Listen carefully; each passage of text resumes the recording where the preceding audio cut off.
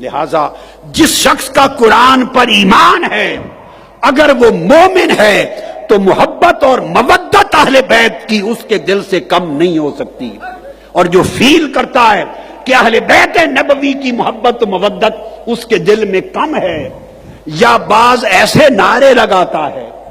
بعض ایسے کام کرتا ہے، ایسی تبلیغ کرتا ہے،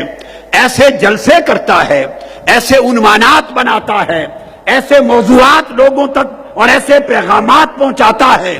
جس کے ذریعے لوگ اہل بیت اطہار اور مولا علی المرتضیٰ اور حسنین کریمین ان کی شان کے بارے میں متذبذب ہو جائیں،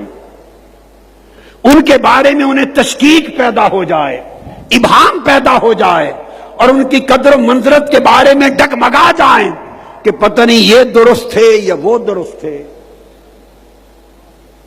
پتہ نہیں وہ سچے تھے یہ سچے تھے، یہ اور وہ میں انسانی ذہن پڑ جائے۔ جو آدمی اس طرح کی گفتگو کرے وہ صرف منکر اہل بیت نہیں، وہ منکر قرآن بھی ہے اور وہ منکر مصطفیٰ بھی ہے۔ یعنی یہ ذہن میں رکھ لیں، اہل بیت اطہار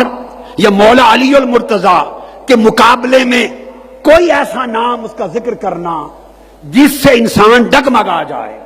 متزلزل ہو جائے، اور اس کو یہ خیال آئے کہ ان کی جنگیں ہوئی، ان کی لڑائیاں ہوئی، وہ بھی صحابی تھے یہ بھی صحابی تھے، پتہ نہیں کون حق پر تھا، وہ بھی ٹھیک تھے یہ بھی ٹھیک تھے، یہ ساری مداہنت اور منافقت ہے۔ اس سوچ کا ایمان کے ساتھ کوئی تعلق نہیں ہے۔ اہل بیت اطہار اور مولا علی المرتضیٰ کے ساتھ کسی کو برابری میں لا کے کھڑا کرنا ہی بے ایمانی ہے، سوائے خلفائے راشدین کے۔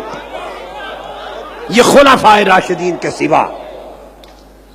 جو ترتیب ہے خلفائے راشدین کی وہ حق ہے۔ یاد رکھ لیں آخری خلیفہ راشد مولا علی المرتضیٰ ہے، اور 6 ماہ کے لیے امام حسن مجتبیٰ، اور کوئی خلیفہ راشد نہیں ہے۔ بعد میں ملوکیت بادشاہت شروع ہو گئی، اس پر ابھی بات آئے گی۔ ان کے مقابلے میں کسی کو لانا اور ایسا ذہن بنانا کہ پتہ نہیں وہ سچ تھے یہ تھے، دونوں سچ تھے، کوئی بات نہیں کرنی چاہیے، لوگوں کو کنفیوز کر دینا، ان کی سوچوں کو مزمحل کر دینا، تشکیک میں ڈال دینا، یہ ایمان کی نقب زنی ہے، ایمان پر حملہ کرنا، دہشت گردی ہے ایمان پر، یہ منافقت ہے، یہ دین کے ساتھ دشمنی ہے۔